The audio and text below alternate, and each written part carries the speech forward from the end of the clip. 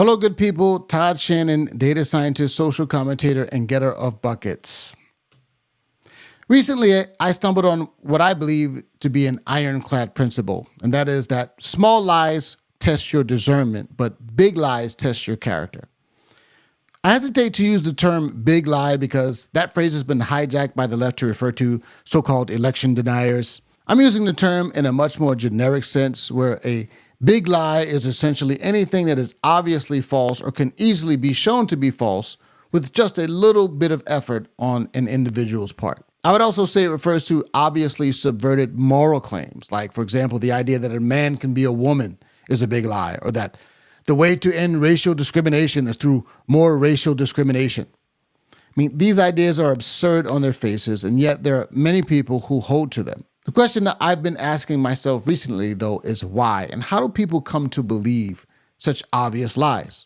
And then I was reminded of the words of Jesus when he said two things that speak to this issue. The first is that my sheep know my voice, and he declares that anyone who belongs to him is able to hear him and follow his lead.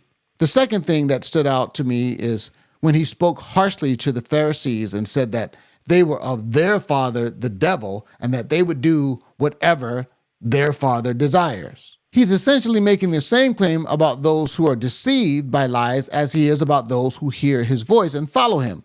In both scenarios, the hearer will act according to the voice that resonates within them.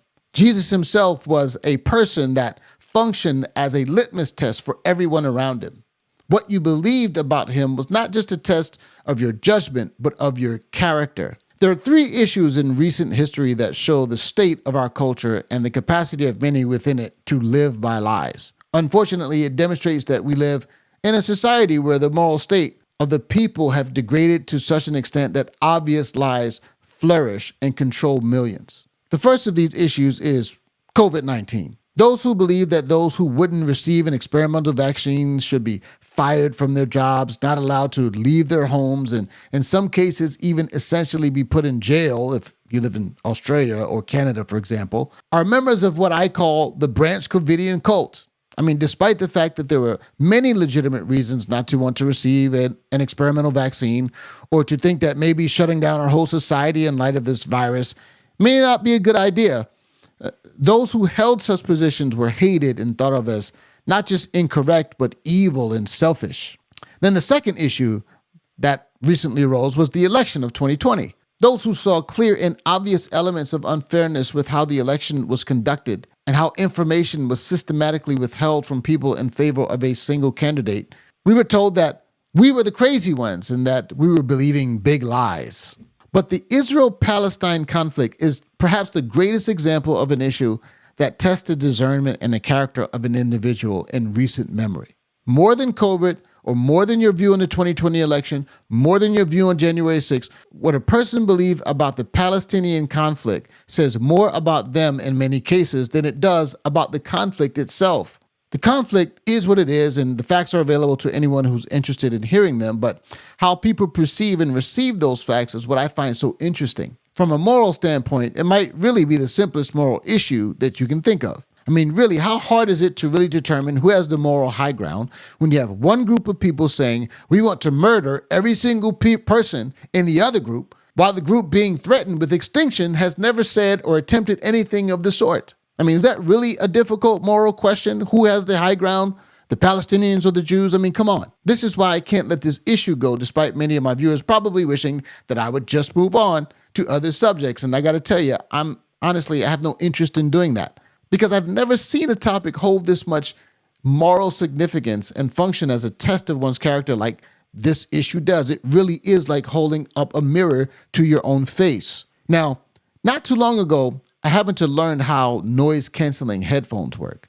And essentially, because all sounds are waveforms, the way it works is that if you have a waveform that you introduce that peaks where the other waveform is at its trough, and then it has a trough where the other waveform has its peaks, when they meet, they effectively cancel each other out and create silence. It's kind of like adding 1 to -1 or vice versa. I think this is a good word picture of how worldviews work, and certain ways of thinking impact the way you hear and receive information. There are certain worldviews that are that essentially cancel out truths or details that would cause us to reach a different conclusion about the matter. If you have a false worldview, it makes it nearly impossible to receive information in its full spectrum of truth. A false worldview is like active noise canceling for the truth. I think it's kind of the reason why so many people suffer from Trump derangement syndrome. This explains perfectly why you can speak until you're blue in the face and give information that is irrefutable, but for some, it doesn't even begin to change their mind about the issue. This is what I find so troubling when I hear Christians adopting leftist talking points and frameworks about the world around them. If there were ever two, quote, signals, so to speak, that would cancel each other out, it is Christianity and leftism.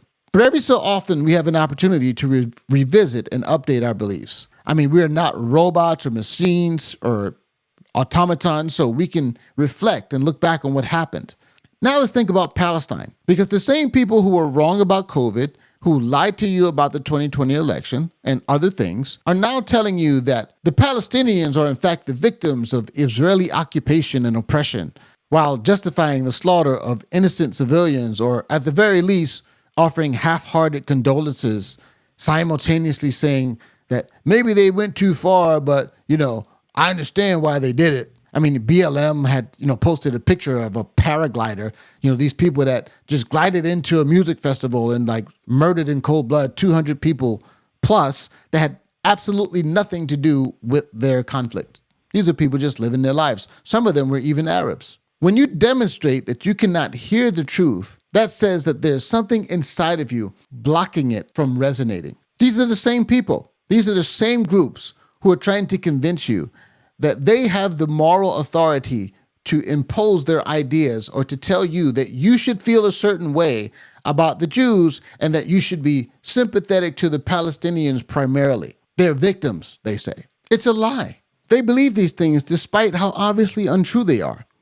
And when something is blocking you, when something inside of you is blocking the truth from resonating, that says more about you than it does about the issue. And this is why Jesus said, "My sheep will know my voice." And I know it's tempting to think that he's only talking about spiritual things in the Bible, but I think it speaks about the truth in general. It includes the Bible, but it's not limited to it, because oftentimes the way the Bible is undermined is by ideas that we ingest in the world that end up interfering with our ability to hear God and what we would consider to be the important spiritual matters. I mean, this is how you had preachers out here saying getting the vaccine was loving your neighbor. Now, with respect to Palestine and Israel, let's remember what the Bible says about Israel. The Bible says about Israel that God will bless them that blesses her, and he would curse them that curse her. The bottom line is that God stands with Israel. It is important to understand that historically, it is not in fact true that the Jews are some colonialist power imposing their will on a weak and vulnerable people. And no, that doesn't require that you see Israel as innocent and perfect in every way, but it does require that you see Israel in her totality, recognizing that God is at work, and what is happening in the land of Israel and what happens there will hasten the return of the Lord. Don't be deceived about Palestine, because it could be a canary in the coal mine that your discernment and connection to the voice of God is waning and becoming dull. I'm urging you to understand this issue with discernment. It's not often that we get a situation that can tell us as much about ourselves as the issue itself. And so I want to say to you, I stand with Israel. Let me know what you think, friends. Do you think that this issue is much more complicated than that? Or do you think from a moral standpoint, it actually is that simple? Put some notes in the comments. Till next time, friends. God bless you.